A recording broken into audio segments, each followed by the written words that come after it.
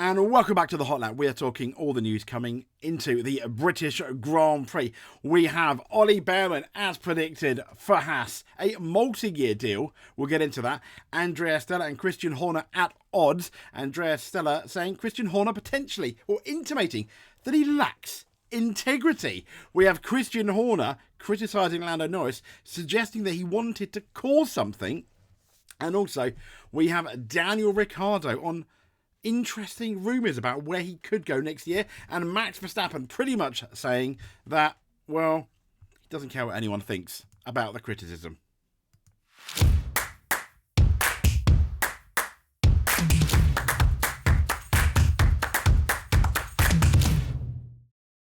So, welcome back to the Hot Lap. We are going to be looking first at... there was a massive pause there. I don't know why I have no idea why I massively paused. Interestingly, at least what I thought was fairly interesting, Lando Norris has seemingly backtracked a tiny bit in relation to his... he did the interview here, and that's in relation to his wanting Max to apologise. Check this out. Since Sunday?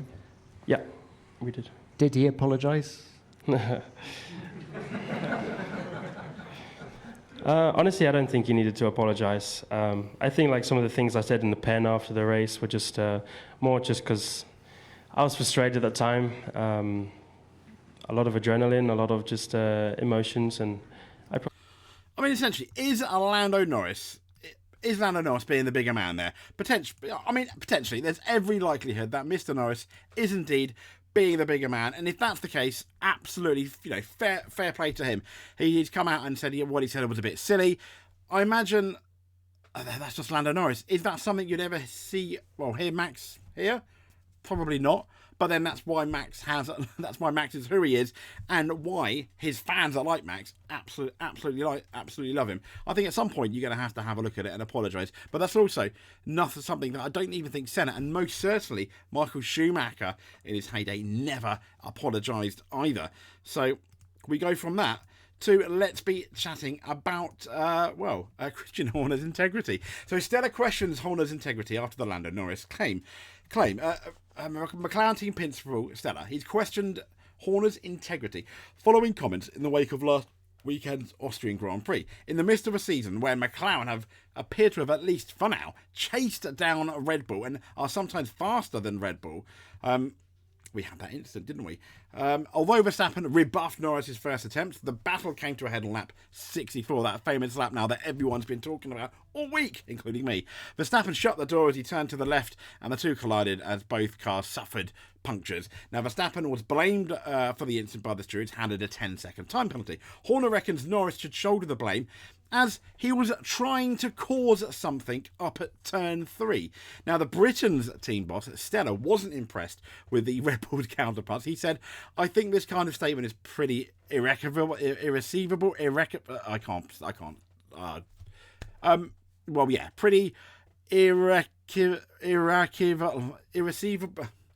Anyway, moving on, I would say, and to some extent, I think it's for the integrity of the person that said that.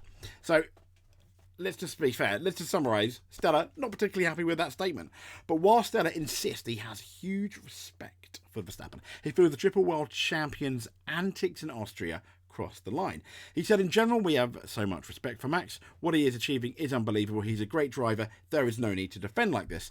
Sometimes you just have to accept that the car behind needs to have an opportunity, and I think that would have happened if Lando had, the next lap with DRS. Max would have gone for it, and it would have been an incredible spectacle. He said, which we missed, but hopefully we'll be able to see in the future with regulations that are enforced and both drivers fighting within those regulations. And that's what, a bit more than Red Bull team principal Horner, he had suggested that Norris was trying to create an opportunity to heavily impact Max Verstappen's race in their Australian Grand Prix battle. He said, obviously we had the race under control. There was an 8-second lead and the pit stop put us closer, Horner told Sirius XM Radio. He went on to say Lando had the benefit of the newer tyre, call attempts than we expected, but then he picked up 4 track violations, so he was going to get a 5-second penalty, and it was just like he was trying to cause something up at turn 3. So very frustrating. Frustrating for Max, for the team, but nonetheless, we've still managed to extend leads in both championships, but not the points we wanted. I felt there was a lot of dive bombing going on up there, Horner said. I need to look again. I've only seen it live. I haven't seen the replay, but the penalty did seem harsh, but it is what it is. When reviewing the race later on, Horner also pointed Norris losing out to Verstappen in a battle during the sprint as having played a role. He said, I think Max is a hard racer, and they know that. I think Lando was trying to make up for...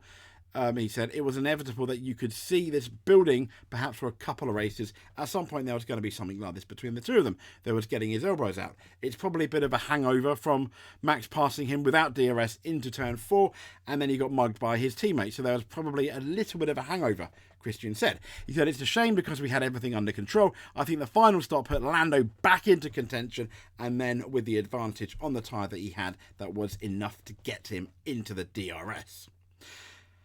So, let's have... this was a couple of years ago, probably 2021, 2022, where Christian Horner... if I just get this up. Okay, so, this clip is where Horner shuts down Damon Hill over Max criticism. Now, with Horner saying, Lando Norris, you tried to dive bomb, you tried to create something.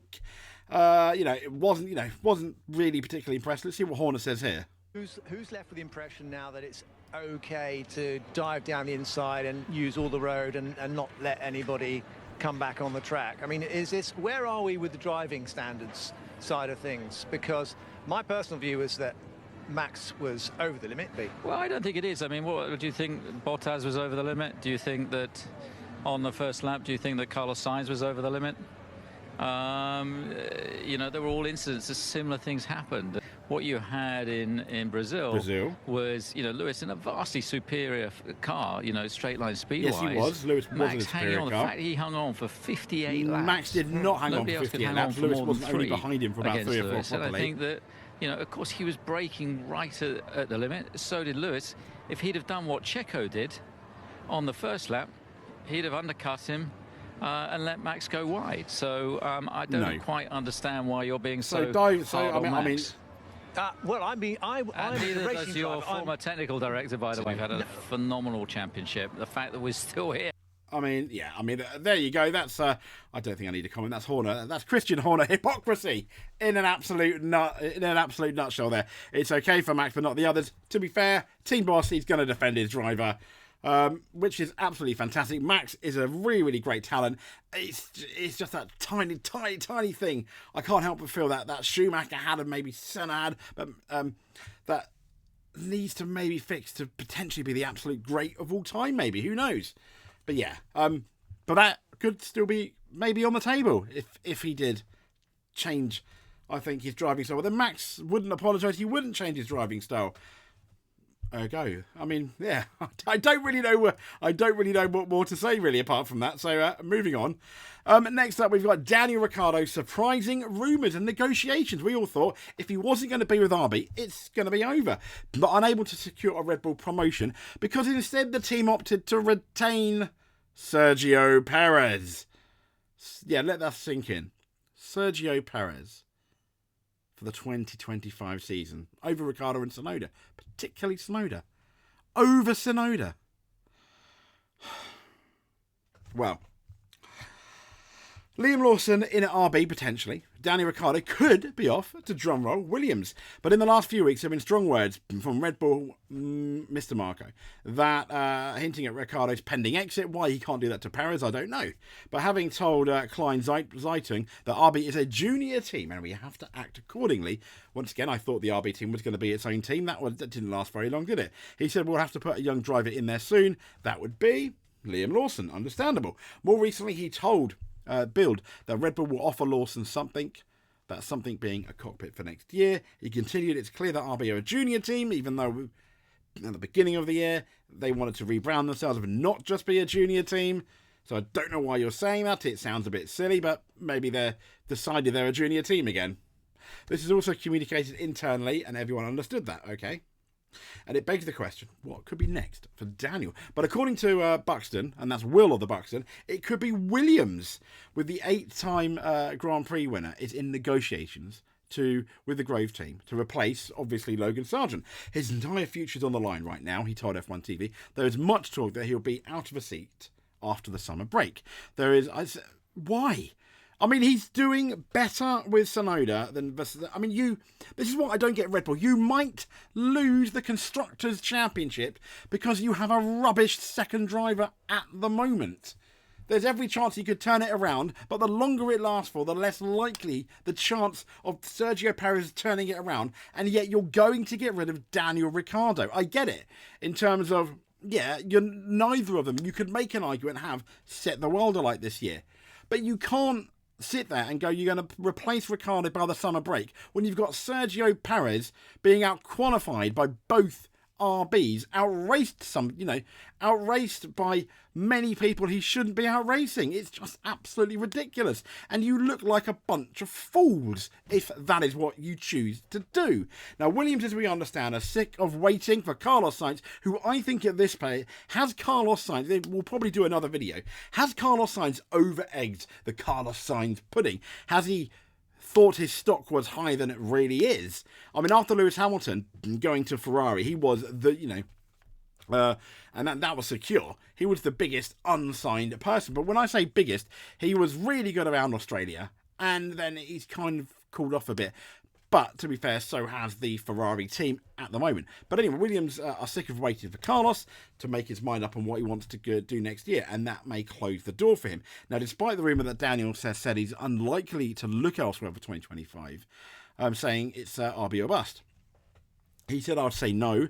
He told the media when asked if he had other options. I don't know, but I am. Not to be stubborn or arrogant about it, but I'm not looking anywhere else. Okay, so, penultimate story, Verstappen couldn't give a monkeys, it says, well, a bit more than that. I couldn't give an S bleep on criticisms. He only cares about Norris' friendship, which is fair. And that's criticisms he's received after the Austrian Grand Prix.